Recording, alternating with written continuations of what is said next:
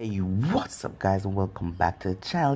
It's your boy Anime King, and today we're going to be doing part 5 of What If Naruto Was Taken by the Raikage. Get this one to over 250 likes for part 6 and comment as much as you can down below and tell me what you think of this episode. And if you're a new subscriber, comment down below and tell me. I'll be replying and talking back to all of you guys. And just keep safe and So, without further ado, let's get straight into it. Start the intro. Remember the moment you left me alone and broke every promise you ever made. I was an ocean, lost in the open. Nothing can take the pain away. So you can throw me to the wall. Tomorrow I will come back, leader of the whole pack. Paint me black and blue. Everyone will shake me, every scar will build my throne.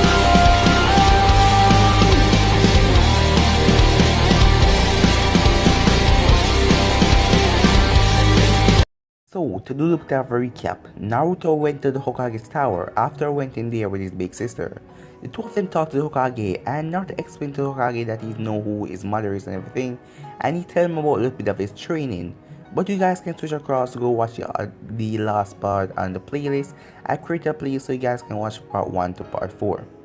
So So Naruto met Konohamaru and Konohamaru, Naruto and his big sister went off. So let's start this part.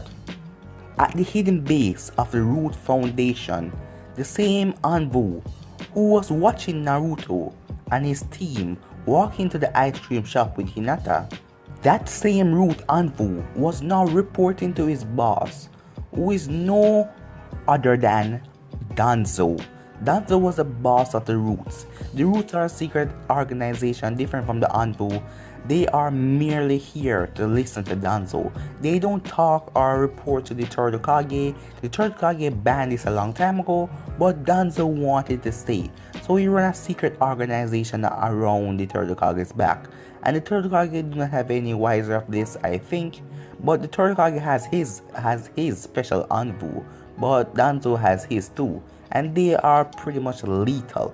They carry out missions swift and they has killing intent. They don't hold back.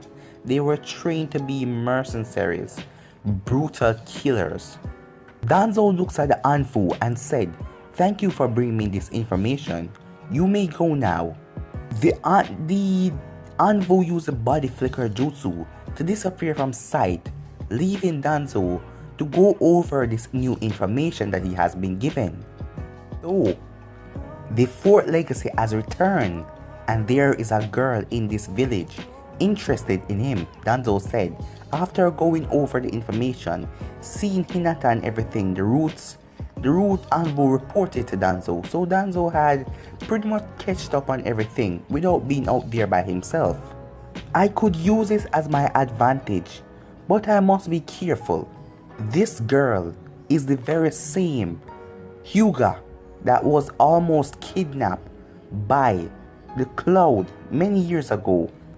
I must find a way to push the two together without the rest of her clan getting in the way and stopping my plans. I must also find a way to distance Naruto from the Cloud village. I wonder if he knew what the Cloud tried to do to his mother." Danzo was snapped out of his thoughts when one of his other Anbu appeared right in front of him. "Sir," he said, "we have found the Three Tails resting place like you requested. He is hibernating in a lake 1 week journey from our village." "Excellent. Mobilize the sealing team. I want that demon in our hands and under control as soon as possible. Also, bring me the files I requested on possible Jinchuriki candidates." "Yes, sir," the Anbu said, disappearing in a puff of smoke. Danzo was left once again, thinking everything over. "Yet another demon shows itself to me. If I play my cards right, we could have two-tailed beasts under the control of the Hidden Leaf Village."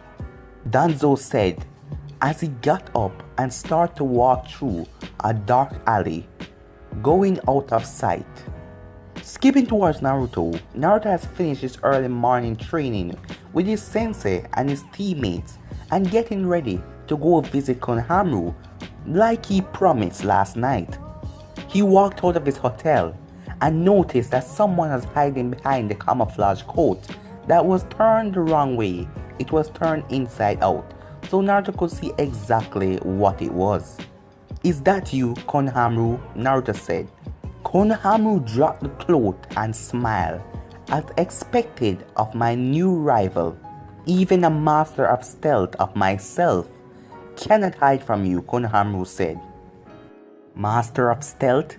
Konohamaru, you were holding the cloth the wrong way. It wasn't hard for me to see you," Naruto said.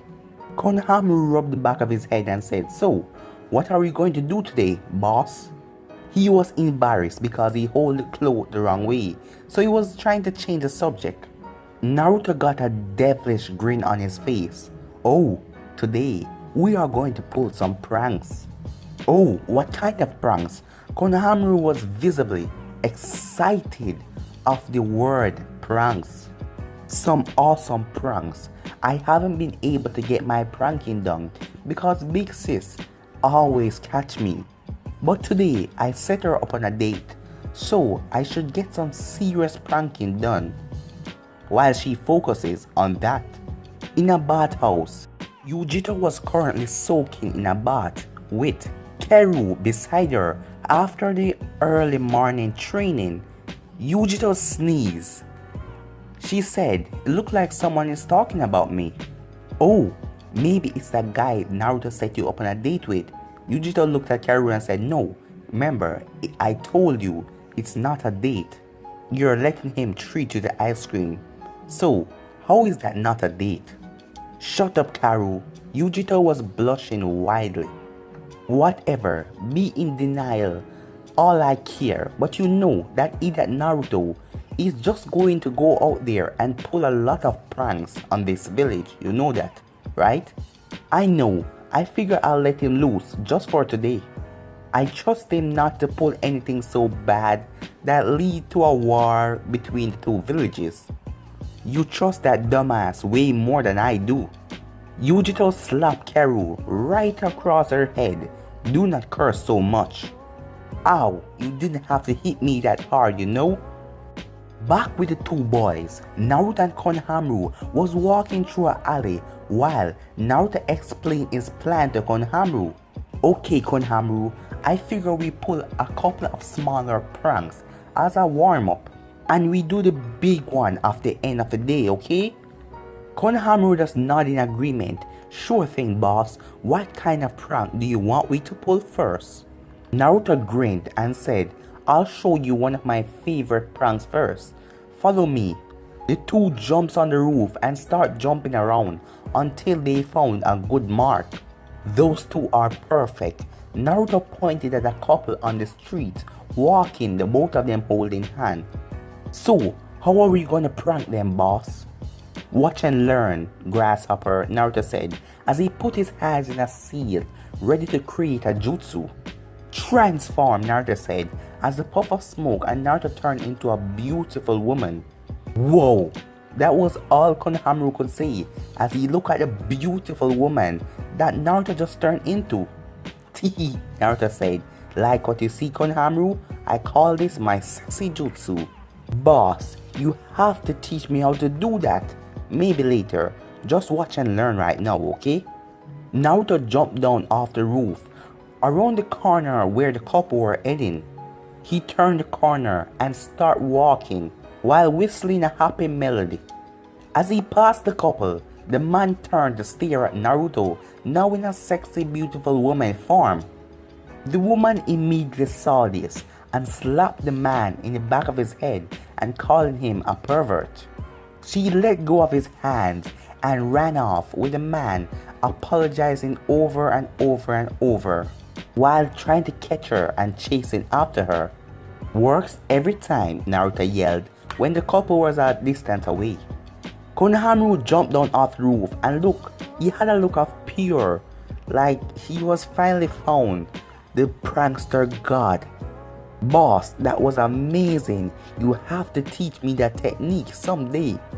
Later, I got a few more pranks to show you before I let you on the details of the major prank of the end of the day. As the two start jumping around the roofs, looking for more pranks to pull on people, looking for more people to pull pranks on them, Naruto was thinking about his sister and Iruka. How was everything going? They should be meeting up right about now, I think. I hope those two hook up, so I didn't have to hear Big Sister complaining about not getting laid again. That was really uncomfortable. Not long after, Iruka picked up Yujito from the hotel and took her to the same ice cream shop she and her team went the day before. Yujito was currently devouring the ice cream at a speed that will even rival Naruto eating ramen. My, you certainly have a strong appetite today.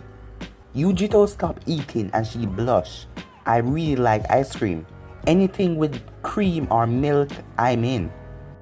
I see. Well, at least milk is healthy. Naruto's obsession with ramen has to be one of the most unhealthy habits I've seen. Don't worry about that. I make sure that he gets proper nutrition, even if I have to force the fruits and vegetables down his throat. Haha, that's good. That boy needs a firm hand to keep him in line. I hear that he hasn't been doing many pranks because of you. I can usually catch him before he gets the big ones off. All of a sudden, the two hear a woman cursing at a man that was looking at an underage woman that he was a pervert. That was probably Naruto's handiwork, Yujito said with a small smile. What do you mean? Iruka asked curiously. He liked to transform in an attractive teenage girls and walked around in front of couples to weed out the unfaithful guys. Whoa, that's a dick move. Yujito was taken back by the way Iruka described Naruto's favorite prank, and she started laughing hysterically. Iruka just stand there and he's looking at her and he's blushing. I don't know why I said that. It just sort of slipped out. I am very sorry. That was very inappropriate. She laughed once more. It is okay. I like guys who tell it like it is. After she realized what she just said, she started blushing just like Iruka. They sat in an uncomfortable silence for a while until Iruka decided to speak. Oh, so tell me about how you and Naruto became family. Oh, back when Naruto came to my village, he was just a still innocent child. I was surprised to see that he was still having a positive outlook on life when he was experimenting and kind of roughed up by that terrible monster Orochimaru. I decided that I would adopt him and treat him like the little brother I always wanted. That's not all, right? You wanted to help him because you know the kind of life people like you tended to have. Yes, I didn't want him to have the same childhood I have. People like us are usually alone, so I wanted him to feel connected to someone. Don't talk about it like it's a sickness. There is nothing wrong with you too. Thank you. I can tell that you are a kind, understanding man. I am glad that he had a friend like you. When he was here, I wasn't this always understanding. I didn't like Naruto at first, but something he did changed my opinion on him. Iruka started to remember the first time he and Naruto met. Iruka was taking a stroll. He was strolling through the park when he saw three boys pushing around a small girl with white eyes. Iruka immediately ran towards them to stop it. But before you could get close, there Naruto appeared and knocked one of the boys down. Stop picking on people, you big dumb bully. Who the heck are you? The bully yelled out because Naruto was now on top of him. I am the guy that he's gonna be Hokage one day. I won't let bad guys like you hurt anyone in this village. Get him off of me, you morons! The boy yelled to his underlings, who quickly grabbed Naruto and started punching him and kicking him. Alright, that is enough, Iruka yelled out.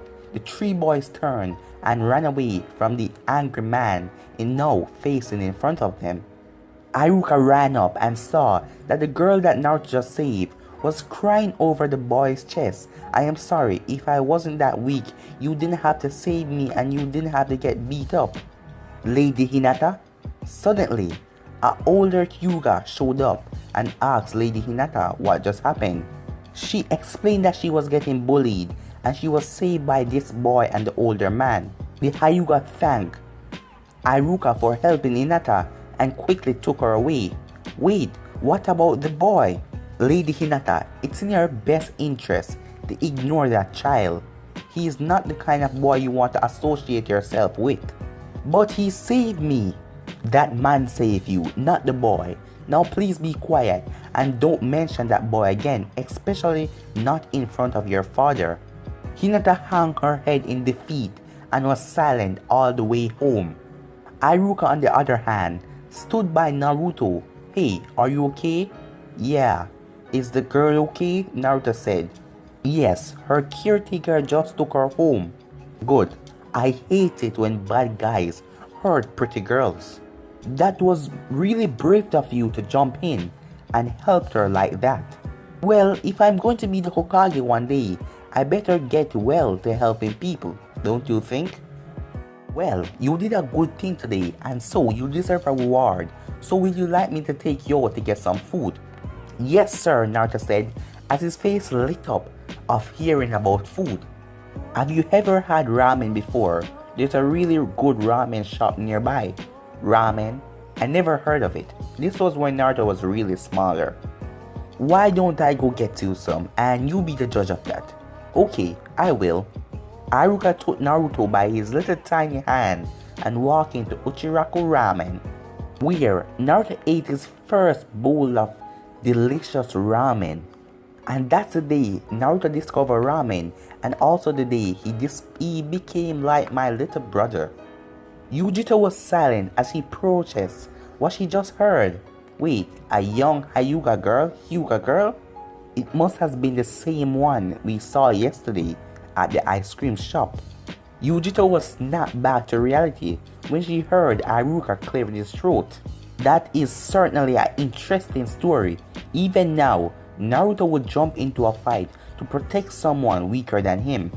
Yeah, I heard rumors of what happened in the Wave Country. Would you mind telling me the whole story of what happened there? Oh, the Wave Country, Yujito said. That was an interesting one for sure. The mission was supposed to be a simple assassination mission. Get in and kill Gato and get out. But Naruto didn't want to kill him though. Why? Gato is a bad criminal.